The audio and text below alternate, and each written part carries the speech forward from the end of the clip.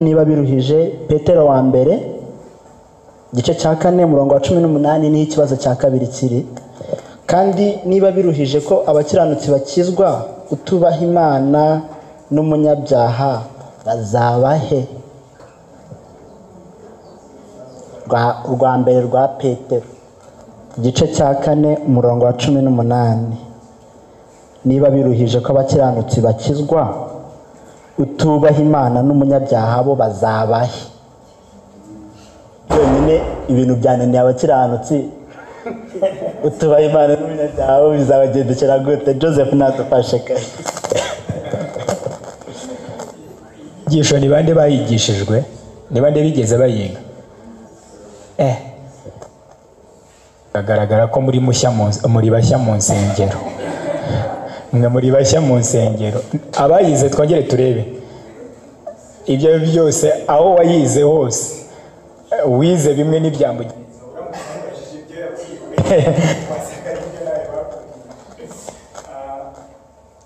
Gusa kasobanurira ntekereza ko ndi gusubiza ibibazo bitandukanye.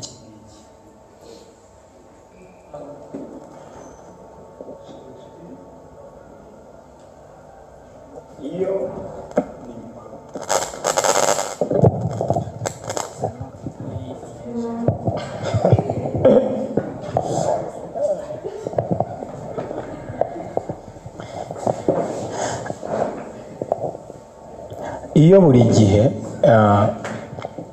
usomye nk'umurongo runaka muri Bibiliya ukumva urashaka kuwusobanukirwa kuko wenda hari ibintu runaka ugonze mu byo uri kwiga muri iyi minsi, reka tuvuge gutyo, ukwiriye kwita kuri ibi bikurikira. Icya mbere cyo, umwanditsi ninde, abo yandikiye ni bande, kubera iki yabandikiye ndetse n'igihe yabandikiyemo. Hanyuma igihe isezerano rishya ryandikiwe, munyumve neza ko njye ndifuza bene ibi bibazo ku muntu watendiza uyu munsi ntazongere kubigira n'ibindi biri related gutya. Niyo mpamvu nshatse kubisubiza muri ubu buryo, nasubiza mu buryo buri direct rwose bikarangira. Mwumve, bandika isezerano rishya byari mu myaka 40 gusa. Bandika isezerano rya kera byafashe imyaka 4,000. Noneho iyi myaka 40 yanditswe mu isezerano rishya ni uguhera hagati y'urupfu rwa Yesu kugera muri 70. Nta bitabo dufite muri Bibiliya mu isezerano rishya byanditswe nyuma ya 70. Ubwo icyo cyumvikana, no kuvuga ni ryari byanditswe specifically ubwo reka nta kibazo duhere 33 ariko batangiye gutyo muri za 40 bandike Paul yandika Abagalatiya no kugera muri 69. Nyuma yaho nta muntu wanditse. Ibyo bifite ikintu bivuze cyane kuko bandika uretse Paulo abandi bose banditse. Ubwo intumwa 12 reka tufate Petero, baramuvuga na Yakobo, mu bo tubona banditse muri cyagiye na Paulo yandikiyemo, ariko bafite abo bandikira mu buryo buri specific na Paulo afite abo yandikira mu buryo buri specific. Noneho bandikiraga abandi. Murebe kansome mu Bagalatiya. Ubwo buri wese afite abari kwigisha Abagalatiya igice cya 2 umurongo wa 6 n'uwa 7. Yes.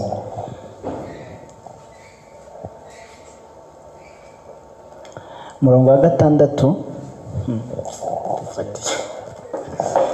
yagiye mu Cyongereza.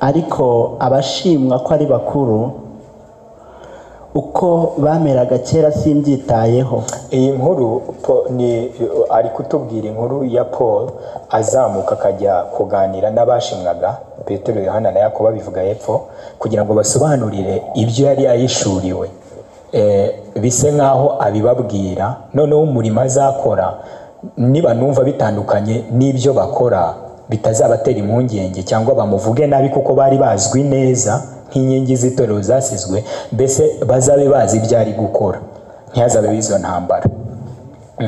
Nibyo ari gusoma, ari kuvuga none icyo gihe yagiyeyo.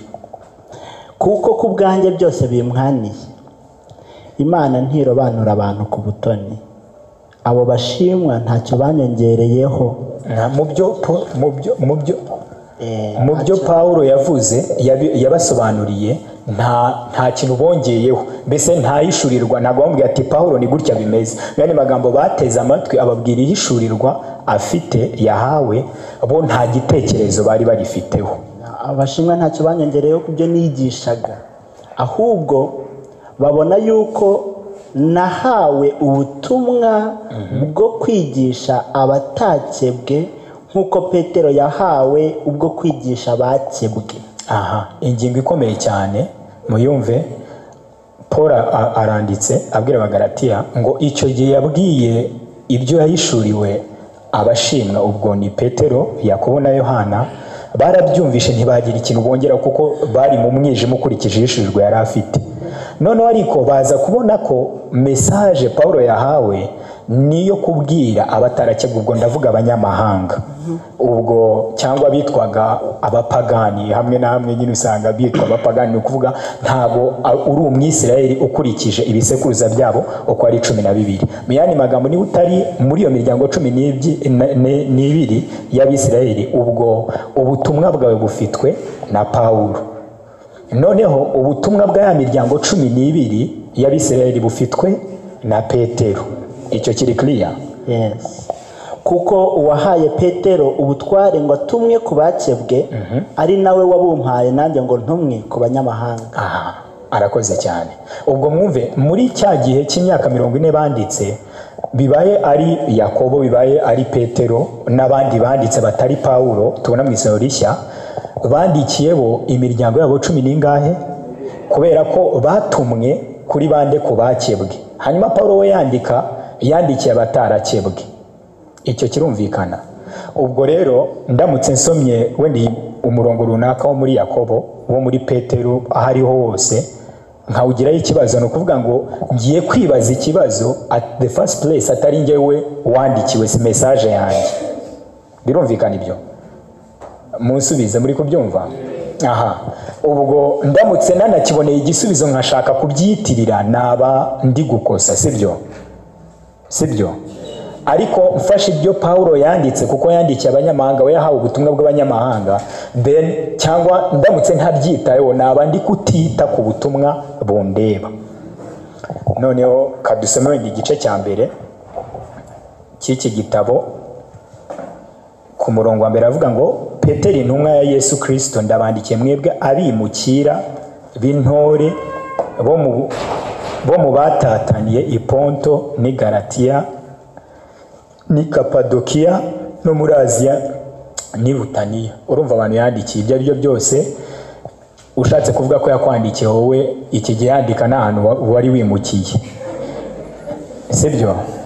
Biri specific kuri abangaba, nta hantu we wari wimukiye ngo tuvuge ngo yandikiye abantu bimukiye ahantu runaka. Mu byumve rero, ibi ndi kubikora kugira ngo nivuga kuri iyo mirongo be making a sense, context yayo kuyumva yumve. Shatse sinanakwirwa mbitindaho cyane, nanarekera aho ngaho wakumva ko atari ibyacu, ariko kambikore kubwo wabajije ikibazo. Noneho mu gice cya 4 kansome umurongo wa 7 bitensi mukansome iyo hepfo.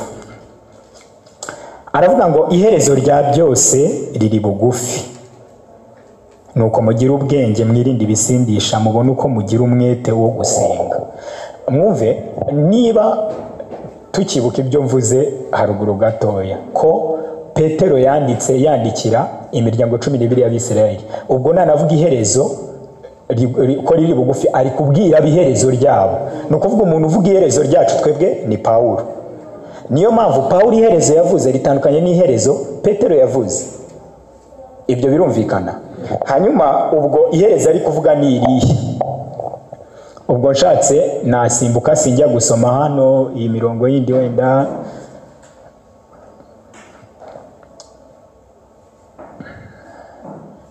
kuko 17 ubwo niyo ngiye mfate 18. Kuko igihe kigiye gusohora urubanza rukabanziriza mu b'inzu y'Imana. Yavugaga ibyiryohereza, avuga bagira ukuntu bitwara neza ntibakora ibi bemere kurenganywa, bashime kurenganywa, ariko barenganywa bazira Kristo, ntibarenganywe bazira kwiba, kwica n'ibindi bintu nk'ibyo ngibyo. Noneho 15 bavuga ngo kuko igihe kigiye gusohora urubanza rukabanziriza mu b'inzu y'Imana. Ubwo muri kumva ari kuvuga abande? Ari kuvuga aba-Jews, abayuda, cyangwa reka mvuge abari mu bukristo ariko bo mu miryango 12 y'Abisiraheli icyo gihe. Kandi mwumve ubukristo bwabo bari bafite bwari bushingiye ku muco wabo. Ubwo ndavuga bushingiye ku myumvire y'amategeko n'ibindi byose, ko muzi by'imanza zabaye mu gice cya 16 Petero agahaguruka, cya 15 Petero agahaguruka akemeza ko ibyo Paulo yigisha ari iby'ukuri. Ubwo mvu ubukristo bwabo nubwo bari babufite bwari butarashinga imizi, bwari butaravirwa neza n'umucyo w'ubutumwa bwiza, kuko umuntu wazanye ubutumwa bwiza yari Paul. Byanasabye ko abubwiriza bene wabo babyumve, kuko Petero avuga ngo natwe tuzakizwa nk'uko abanyamahanga bakizwa nabo. Ubwo mwumve ko n'abayuda bari bakeneye kumva inyigisho za Paul. None ari kuvuga ngo kuko igihe kigiye gusohora urubanza rukabanziriza mu b'inzu y'Imana. Ariko se niba rubanziriza kuri twe, iherezo ry'abatumvira ubutumwa bwiza bw'Imana rizamera rite? Kandi niba biruhije ko abakiranutsi bakizwa, utubaha Imana n'umunyabyaha bazabahe. Matayo 24 Yesu yabivuzeho, sindi busome iyo mirongo, ariko akomeza avuga ngo uwihangana akageza imperuka niwe uzakizwa. Uwihangana akageza imperuka niwe uzakizwa. Mwumve ntabwo ari kuvuga imperuka yacu twebwe abizera, ari kuvuga imperuka y'Abisiraheli, ariyo kurangira kugwa kw'inzu k'urusengero, ibyari urusengero batambiragamo n'ibindi byose, kurangira k'ubutambyi. Kuko nubwo Yesu yari yarapfuye akanavuga ko byose birangiye ahindutse igitambo cy'iteka, bo bwarakeye bakomeza rwose gutamba. Abatambyi bakajya batamba nubwo ibitambo byari bitagifite icyo bivuze, byari bitagifite umumaro wabyo mu maso y'Imana. Bo bakomeje imirimo yabo ya buri munsi. Hanyuma iherezo aba bagabo bose bandika bahuriraho barimo kuvuga, baba bavuga iherezo reka mvuge ry'iyo institution yari yaratangijwe na Mose mu myaka 1500 yari yarahise. Iyo rero kwishyiraho iherezo byagombaga kuba ari uko urusengero rusenywe mu magambo ya Yesu yari yarabivuze, bikaba ko n'ubutambyi bigaragaye ko burangiye mu buryo bufatika. Hanyuma kugira ngo bibeho, Yesu yavuze ibimenyetso byinshi, avuga uko bizagenda, avugamo iby'ikizira kuzahagarara hera. Wakumva rero byasabaga ko baba maso, nk'uko yabivugaga ngo babe maso.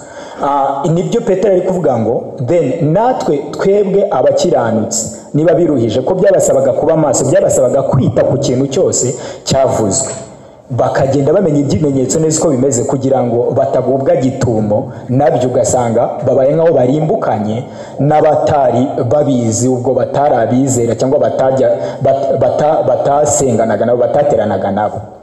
Inkuru rero yagenze iti: Yesu mu magambo yari yaravuze we kamere ku kizira gihagarara hera, atubwira, avuga nk'umurongo akavuga ngo kuko aho intumbi ziri ngo niho n'inkongoro ziba. Inkongoro batubwira inkongoro, ariko ni ijambo igo. Yarimo kuvuga ko ikizira kizahagarara hera kizaba gifite ikimenyetso cya igo. Ibi ni ibintu byabaye mu Baroma igihe babaga batwaye, aribo bimye ibihugu byose byabaga biri munsi yabo, byemererwaga gukomeza guterana ukurikije imico yabo, ariko bakemera ko Kayizariya ari we mwami w'abami. Mu gihe ari Abayuda ndetse abayuda n'abakristo bari bahari icyo gihe ntago bo babyemeraga. Hanyuma umugabo witwa Vespasiya, ubwo ukurikije amateka niwe wari umugabo w'ingabo icyo gihe, Nero ariwe mwami w'abamugariwe Kayizariya, yinjira ahera hahera ajyana cya kimenyetso, kuko cyari ikimenyetso cy'ubwami bw'Uburoma aricyo ikizu igo, ahagarara ahera hahera. Ibyo byari bisoye nk'uko Yesu yari yabivuze, ikizira gihagarara ahera. Ubwo yahagaze nko kubereka ngo impamvu urusengero rwabo rugihari gusa nuko ari Kayizariya wabyemeye, wari warabyemeye nyine ntibasenyerwe, naho ubundi bari bakwiriye kuba barasenyewe kuko ntibemeraga cyane iby'ubuyobozi bwe, bifataga nk'agahugu kwabo. Ibyo birumvikana. Hanyuma ikizira gihagaze ahera, ubwo mwumve bamwe mu bari bazi amagambo ya Yesu yavuze bahise babona ko iherezo koko ribaye, iherezo koko rije, iherezo risa naho ribagezeho. Hanyuma ubwo ategeka ko agota Yerusalemu, uwo mugabo Vespasiya. Hepfo mu magambo Yesu yaravuze ngo iyo minsi itaza kugabanywaho ngo intore nta n'umwe uba wararokotse. Hanyuma n'iki cyabaye kugira ngo bigabanyweho nuko uwitwa Nero yishwe. Ukurikije amateka, Nero mu kwicwa bahamagara uwari umugaba w'ingabo ngo asubireyo agende bamwimike ab'umwami w'abami usimbura uwari wishwe. Hanyuma icyo gihe abakristo ko bari bazi amakuru n'ubuhanuzi Yesu yari yaratanze ndetse bwari bisanzwe bihari, bo bahise bamenya ko bakwiriye guhita basohoka muri Yerusalemu bagahunga, kuko iminsi iragabanyijwe. Iyo minsi iragabanyijwe, nubwo buryo yagabanyijwemo binyuze mu rupfu rw'umwami w'abami wari uhari. Hanyuma abayuda bo ko batari babizi batangira kwishima bagira ngo n'Uwiteke ingabo Imana yabo, Uwiteka nyiringabo Imana yabo ibakijije amaboko y'abanzi, bigumira i Yerusalemu. Ubwo byumve n'icyo ari kuvuga, none niruhera mu b'inzu y'Imana ko biruhije ko bakizwa, kuko bizabasaba kuba bavijira bakitegura utumenyetso twose bakatubona. None ku batabizi byo bizagenda bite? Hari uri kumva icyo Petero ari kuvuga? Ni icyo ngicyo. Bo bigumiyeyo, hanyuma haciye iminsi yohereza umuhungu witwa Titus, aragenda ngo asoze imirimo se yari yatangije, agota Yerusalemu, bicwa n'inzara, hanyuma arinjira arayirimbura. Ku mugabo umwe wanditse icyabaye Yerusalemu, ni nayo mpamvu Yesu yavuze ngo umubabaro uzaba w'icyo gihe ntiwigeze ubaho guhera isi yaremwa, ngo ndetse ntuzigera ubaho. Ubwo byumve, ubwo binakureho bya bintu bavuga tribulation, nyine iminsi y'akababaro ikomeye. Umva, Yesu yavuze ko ibizabaho icyo gihe kandi byarabaye, ngo nta bizongera kubaho ukundi bigeze kuri urwo rwego. Ubwo mu byumve nta minsi y'akababaro dutegereje kuko byararangiye. Ndumva aricyo nabivuga. Murumva uburyo byari biruhije, ndetse n'abanyabyaha rwose bazaba arihe barimbukiyemo, n'abandi batamenye icyajyaga mbere. Ndumva ari ibyo ngibyo. Ni ibyo kabisa.